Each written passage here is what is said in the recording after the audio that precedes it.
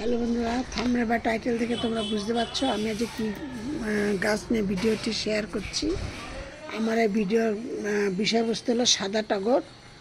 এই টগর গাছ কিন্তু মানে অনেক প্রজাতির আছে, কিন্তু আমি আজ তোমাদের সাথে এই দুটি গাছ নিয়ে আলোচনা করছি। একটা হলো থোকা আর একটা হলো এক পাপড়ি। কিন্তু এই এক পাপড়ির মধ্যে অনেক গাছ আছে, মোটা মোটা হওয়া পাপড়িগুলো মোটা মোটা হয়, অথবা ছোট ছোট হয়, বা অনেক বড় বড় হয়, মানে অনেক বিভিন্ন রকমের আছে। আর আমার যেমন একটা গোলাপি টগর ফুল গাছ আছে, একটা বেগনি টগর ফুল গাছ আছে, তারপর একটা সাদা চায়না মানে ফুলটা ফোটে ছোট ছোট মিনি টগর আছে। এরকম প্রচুর রকমের টগর আছে। এবার এই গাছগুলো কিন্তু খুব অতি সহজেই তোমরা করতে পারো। এগুলো পুরো কাটিং থেকে গাছ করা যায়, কোনো ধরনের তোমাদের দিতে হবে না, রাসায়নিক সার দিতে হবে না। রাসায়নিক সার ছাড়াই তোমরা পুরো গাছটা তৈরি করতে পারবে। যেমন এগুলো কাটিং থেকে, যেমন আমার কিন্তু এই গাছটা কাটিং থেকে তৈরি করে। দেখো এই কাটিং থেকে গাছটা আমি বসিয়েছিলাম।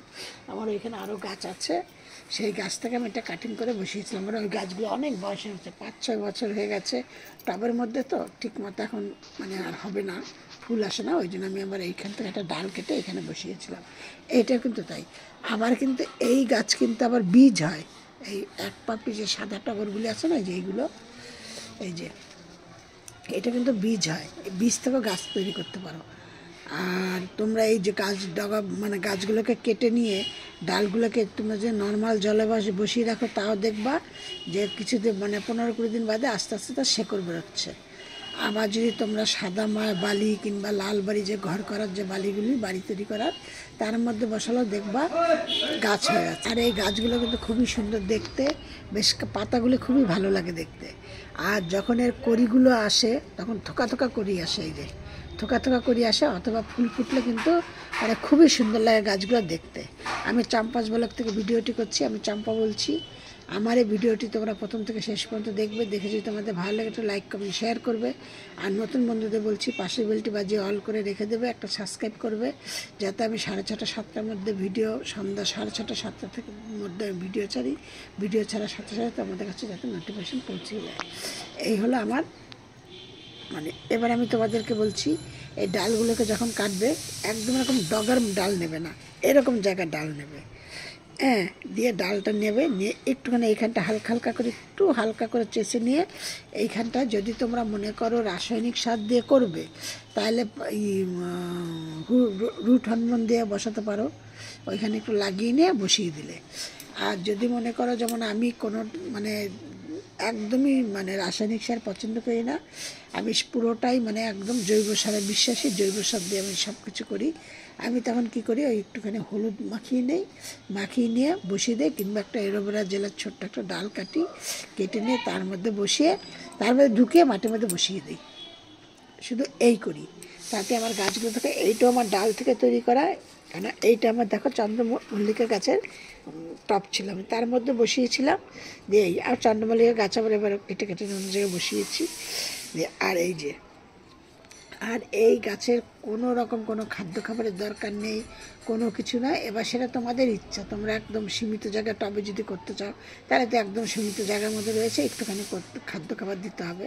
সেই জন্য তোমরা আমি কী দেই, আমি সেইটা বলছি। আমার টবগুলো দেখো, এই যে 6 ইঞ্চি টব, বড় টব না, যে বড় টব হতো, আবার মাটি দেখো কতটুকু, এই যে দিয়ে দেয়। এই জন্য আমরা গাছের গোড়ায় তাহলে কী দেবো সেইটা। আর যদি মাটিতে হয় তাহলে তো কোনো ব্যাপারই না, মাটিতে হলে তো কোনো অসুবিধাই হয় না, কোনো কিচ্ছু দিতে হবে না, একদম একদম ওকে, কোনো মানে কোনো কিছু ওষুধপালা কিছু দিতে হবে না। আর এই যেহেতু টবের মধ্যে আছে বলে দেখো আমার পাতা কত সতেজ, এই দেখো। আর এই যে মানে গাছের মানে কড়ি কখন বেরোয় জানো তো, কোথা দিয়ে বেরোয়, যখনই দেখবা এই মাথার থেকে আরেকটা মাথা বেরোচ্ছে, তখনই দেখবো সেই জায়গাটাতে যখন বেরোচ্ছে, তখন সেই জায়গাটাতে একটা কড়ির থোকা বেরোবে।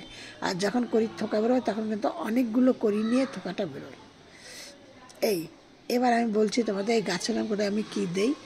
আমি স্রেফ একদম গাছের গোড়ায় দেই, ঠিক মতো জল দেই। আর জল না দিলে ওইটুকুনি মাটিটা হয়ে যাবে, শুকিয়ে গেলে গাছগুলি মরে যাবে, ওই জন্য মাটি দেই। আর যেই স্থানে আমার বেশ ভালো রোদ্দুর পড়ে, সেই জায়গায় রোদ্দুরের জায়গায় রাখি। আর হলো গাছকে আমি দেই মাঝে মধ্যে ওই সবজি ভিজানোর জল। সবজি ভিজানোর যত রকমের সবজি আমি কাটি, আমাদের ঘরোয়া যত রকমের সবজি, তার মধ্যে কিছু কলার খোসা এটা ওটা দিয়ে সব ভিজিয়ে রেখে দিই আমি বালতির মধ্যে, বড় একটা বালতি আছে তার মধ্যে ভিজিয়ে রেখে দেই। আমি সেই জলটাকে আমি গাছের গোড়ায় দিই। আমার বেশিরভাগ গাছে আমি সেই দিই, সব ধরনের গাছে আমি সেই জিনিসই দিই, কম আমি এটা ওটা দিই। আর কি করি, মাঝে মধ্যে হয়তো অন্য গাছে যখন খোল ভিজানো জল দেই তখন এই গাছের গোড়ায় একটু দিয়ে দিলাম। এই আমার গাছগুলি দেখো, আমার সব ধরনের, দেখো এই যে গোলাপি টগর, এমনি টগর সব রয়েছে। তোমরা এইভাবে তোমরা করে দেখো, তোমরা গাছ খুব মানে অতি সহজেই খুব ভালো বা খুব ফুল পাবে। এই গাছটা আমার লাগানো থেকে ফুল ফোটা পর্যন্ত 4 থেকে 5 মাস, আর এই গাছটা 6-7 মাস হয়েছে, কি 7-8 মাস হয়েছে। খুব সুন্দর উপকার পাবে। আর এই গাছ একটা মানে এমনির থেকে ফুল ফুটলেই মানে গাছটা দেখতেও সুন্দর লাগে, বা তোমাদের বাগানটাও দেখতে ভালো লাগবে। আর ছাদ বাগান থাকলে বাড়িতে একটা সাদা ফুল থাকবে না, সাদা টগর তাইলে হয়? যেই বাড়িতে ধরো ঠাকুর আছে, সাদা টগর লাগালে গাছে প্রচুর, আমার এই গাছটা প্রচুর ফুল ফোটে। এই দেখো একটা ঝোড়ো পড়ে গেছে। সকালবেলা আমি ফুল তুলে নিয়ে পুজো করেছি, শুধু তোমাদের সাথে শেয়ার করবো বলে এই 2-3টে ফুল রেখেছি। ওই দেখো এই যে এই দুটো আমি, এই গাছটা 5-6টা ফুল ফুটেছিল আজকে, এইটা অনেক কটা ফুল ফুটেছিল। সব ভিডিও মতো বলছি, তোমরা ভালো থাকো, সুস্থ থাকো। আমার এই ভিডিওটি তোমরা মনোযোগ সহকারে দেখার জন্য তোমাদের ধন্যবাদ।